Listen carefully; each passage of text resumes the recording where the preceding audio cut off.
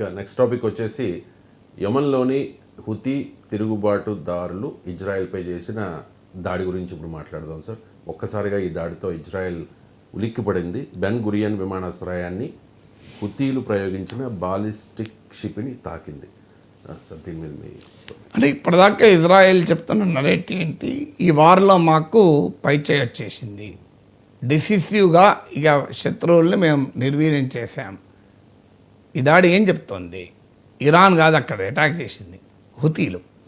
Houthi is not even a country by nature.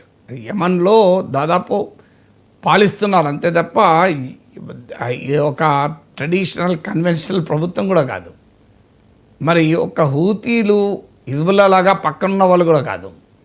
ఎక్కడో యమన్లో ఉన్న హూతీలు attack చేస్తే, అది కూడా అమెరికా వాడు అటాక్ చేసి ట్రంప్ ఏమన్నాడు, అయిపోయింది హూతీల పని అన్నాడు. మొత్తాన్ని మేము స్మాష్ చేసి పడేసినాం, మా రెడ్ సీ పడవల పైన దాడి చేస్తే ధైర్యం ఇక చేయడు, అయిపోయింది పని, వీ హ్యావ్ లిక్విడేటెడ్ హూతీస్ అన్నాడు. మరి ఏడికలు వచ్చిందండి అటాక్. సో అది కూడా టెల్ అవీవ్ దాకా, ఇజ్రాయెల్ రాజధాని దాకా అటాక్ చేశారు. అంటే దీన్ని బట్టి అర్థమయ్యేది ఏంటి, ఒక ఇష్యూ ఒకను ఆధారంగా చేసుకునే ఒక ఆర్మ్ గ్రూప్ ఏర్పడితే ఆ ఆర్మ్ గ్రూప్ను డిజార్మ్ చేయడం అనేది అంత సులభం కాదు, ఆ ఇష్యూ ఉన్నంత కాలం. ఇక్కడ ఇష్యూ ఏంటి, ఇష్యూ పాలస్తీనా ప్రజల మాతృదేశం. ఇక దాన్ని వ్యక్తీకరించే క్రమంలో హిజ్బుల్లా లాంటి మిలిషియాలు పుట్టచ్చు, హూతీ లాంటి మిలిషియాలు పుట్టచ్చు, ఇరాన్ లాంటి దేశాలు ఏర్పడవచ్చు, హమస్ లాంటి సంస్థలు పుట్టవచ్చు. అవన్నీ వాళ్ళు చేసే చర్యలు అభ్యంతరకరంగా ఉండవచ్చు, కానీ అల్టిమేట్లీ ఇష్యూ ఉందా లేదా అని. అంటే మీకు ఒక మేధావి అంటాడు, an intellectual position should not only be right, but it should be right for the right reasons అని. So a position need not be necessarily be wrong. It should be wrong for right reasons or wrong for wrong reasons. ఇప్పుడు అది reason కూడా important. ఇప్పుడు ఉదాహరణకు Hamas Israel పైన దాడి చేసి అమాయకులు చంపింది, ఇది రాంగ్ యాక్ట్, ఇందులో డిస్ప్యూటే లేదు, ఎవడు కూడా ఈ దాడిని అంగీకరించరు, దుర్మార్గమైన దాడి, అది తీవ్రవాద దాడి. కానీ రీజన్ ఏంటి, for wrong reason or right reason అనేది ఇంపార్టెంట్ అవుతుంది. ఇట్స్ ఎ రాంగ్ యాక్ట్ అంటే సరిపోదు. ఒక రాంగ్ యాక్ట్ రాంగ్ రీజన్తో ఉందనుకోండి, దాన్ని ఎదుర్కోవడం చాలా సులభం.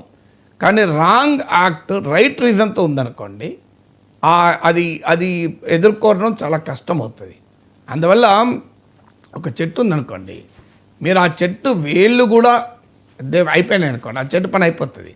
కానీ పైనంతా ఎండిపోయి వేళ్ళు కరెక్ట్గా ఉన్నాయి అనుకోండి, మళ్ళీ అనుకూల పరిస్థితులు వచ్చినప్పుడు అది మళ్ళీ చిగురుస్తుంది.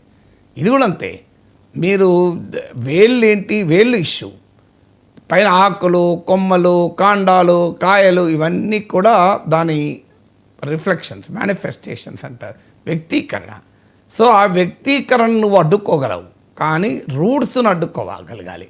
అందువల్ల ఇజ్రాయెల్ పైన హూతీలు ఈ స్థాయిలో దాడి చేశారంటే, అది కూడా ఇరాన్ వీక్ అయ్యాక, హిజ్బుల్లా అగ్రనాయకత్వం అంతమయ్యాక, హమస్ శిథిలమయ్యాక, బషర్ అల్ అసద్ ప్రభుత్వం సిరియాలో పోయాక స్టిల్ హూతీలు అటాక్ చేయగలిగారంటే, అది కూడా అమెరికా దాడి చేశాక, వాట్ డస్ ఇట్ ఇండికేట్? ఇప్పటికైనా అమెరికాకు ఇజ్రాయెల్కి అర్థం కావాల్సింది, వితౌట్ అడ్రస్సింగ్ ద ఇష్యూ ఏంటి, పాలస్తీనా ప్రజలకు దేశం అంటూ ఉండాలా వద్దా? ప్రాచీన పాలస్తీనా దేశంలో అరబులు, యూదులు రెండుగా ఆ దేశాన్ని డివైడ్ చేయాలి, ఇది యునైటెడ్ నేషన్ చెప్పింది. యూదులకు ఇజ్రాయెల్ ఉన్నట్లు అరబులకు పాలస్తీనా దేశం ఉండాలి. దీన్నే 2 స్టేట్ సొల్యూషన్ అంటారు. యునైటెడ్ నేషన్ చెప్పింది ఇదే, అమెరికా చెప్తున్నది ఇదే, ఇండియా కూడా చెప్తున్నది అదే. ఎందుకంటే 1948లో UN రెజల్యూషన్ ప్రకారం యూదులకు ఇజ్రాయెల్, అరబులకు పాలస్తీనా దేశం ఉండడం తప్ప మరో మార్గం లేదు. ఈ సమస్యకు ఒక శాశ్వత పరిష్కారం, ఈ పరిష్కారాన్ని సాధించేలోగా ఇజ్రాయెల్, యూదులు బై ఫోర్స్ తమ దేశాన్ని ఏర్పాటు చేసుకున్నారు, అరబ్ ప్రాంతాలపైన అటాక్ చేశారు, ఇదంతా జరుగుతూ వస్తుంది. అందువల్ల ఎన్నేళ్ళకైనా శాశ్వత పరిష్కారం ఇష్యూకి ఏంటి అంటే, recognising the Palestinian people's right to motherland, వాళ్ళ మాతృదేశాన్ని గుర్తించగలగాలి. లేదు దాన్ని హాలిడే రిసార్ట్గా మారుస్తానని ట్రంప్ అంటే సమస్య పరిష్కారం కాదు. ఇది మనమే, భారత ప్రభుత్వం, నరేంద్ర మోడీ ప్రభుత్వ విధానం కూడా ఇదే.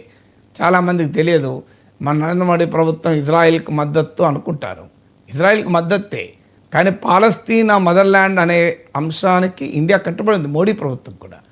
నరేంద్ర మోడీ ప్రభుత్వ హయాంలో ఈ 10 ఏళ్లలో యునైటెడ్ నేషన్స్లో ఇండియన్ అంబాసిడర్ మాట్లాడిన బయటలుంటే మీకు యూట్యూబ్లో చూడండి ఏమన్నారు.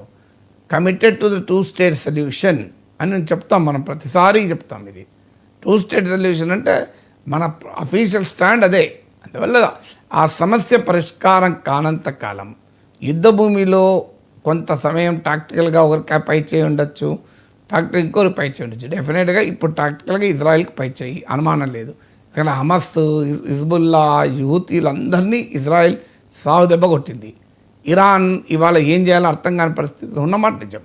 కానీ ఆ ఇష్యూ అనేది లైవ్లో ఉన్నంత కాలం ఇజ్రాయెల్కు ప్రమాదం తప్పదు. అందుకే ఇజ్రాయెల్లో ఉన్న ప్రతిపక్షం కూడా ఏం చెప్తుంది, Benjamin Netanyahu ultra right, ultra nationalist పార్టీలతో ఉన్నాడు. Israel opposition leaders, former prime ministers కూడా చెప్పేది ఏంటి, as long as Palestinian people do not live in peace, Israelis cannot live in piece.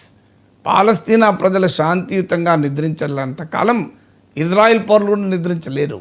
ఇది ఇజ్రాయెల్ ప్రభుత్వానికి అర్థం కావాలి. అన్ఫార్చునేట్లీ ప్రభుత్వాలు ప్రజల భావోద్వేగాలను రెచ్చగొడుతూ అధికారంలో కొనసాగాలని చూస్తుంటాయి. నెతన్యాహుకి ఇవాళ ఈ భావోద్వేగం లేకపోతే నెతన్యాహు పని అయిపోయినట్టే, తెల్లారి పొద్దున ప్రైమ్ మినిస్టర్ పోస్ట్ పోతుంది నాకు.